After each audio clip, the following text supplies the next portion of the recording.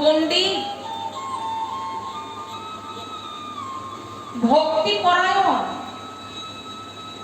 তিনি জ্ঞানের দ্বারা উপলব্ধি করতে পারলেন যে কৃষ্ণকে আমরা দর্শন করছি, এই কৃষ্ণ স্বয়ং ব্রহ্ম, স্বয়ং ভগবান। যখন জ্ঞানের দ্বারা বুঝতে পারলেন, তখন সেই কৃষ্ণের সেবাতে নিজেকে নিয়োজিত করলেন। ভগবানকে যারা ভালোবাসে, ভালোবাসার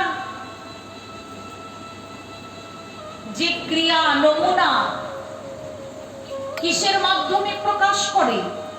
তোমাকে ভালোবাসি বলে তোমার জন্য সুন্দর সিংহাসন তৈরি করেছি, সেখানে তোমায় বসাবো, ত্রিসন্ধ্যা তোমায় আরতি করব, মনের মতো করে তোমায় সেবা দেব।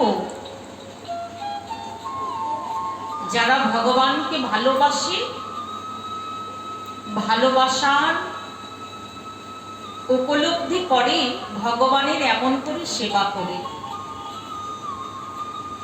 উদ্ধব যখন জানতে পারলেন কৃষ্ণ স্বয়ং ভগবান, সেদিন থেকে উদ্ধব যত রকমের পারে কৃষ্ণের সেবা করছে, ভগবানের উচ্ছিষ্ট ভোজন করছে,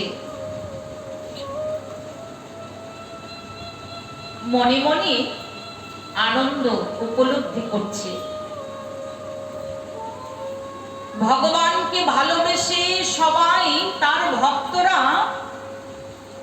ধ্যান, তপস্যা, মন্ত্র জপ, সেবা, আরতি কত কিছু করে, আর আমি সাক্ষাৎ ভগবানের সেবা করছি।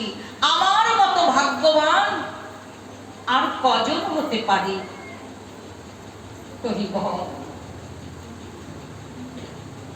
অন্তর্যামী ভগবান জানতে পারলেন উদ্ধব আমায় ভালোবেসে আমার সাক্ষাৎ সেবা করছে, আমার যখন যেটা প্রয়োজন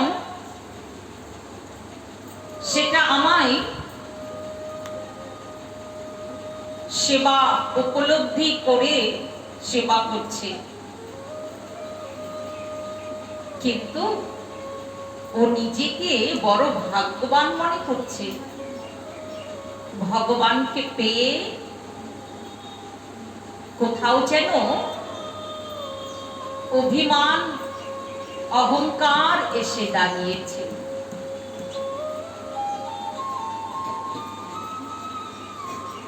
ভগবান নিজে উপলব্ধি করেছেন এই জগৎ কেবল নয়, এই ত্রিভুবনে স্বর্গ, মর্ত্য, এমনকি 14 ভুবন, এই সব ভুবনেও ওই ব্রজের যে ভালোবাসা, সেই ভালোবাসা অন্যত্র কোথাও নেই। তাই যারা আমাকে ভালোবেসে নিজেকে অহংকার, অভিমান করে আমি ভগবানকে ভালোবাসি, সেই ভালোবাসার অভিমান দূর তখনই হবে যখন এরা ব্রজের ভালোবাসা উপলব্ধি করবে। ইতিপূর্বে অর্জুনকেও ওই ব্রজের ভালোবাসা দেখিয়েছে।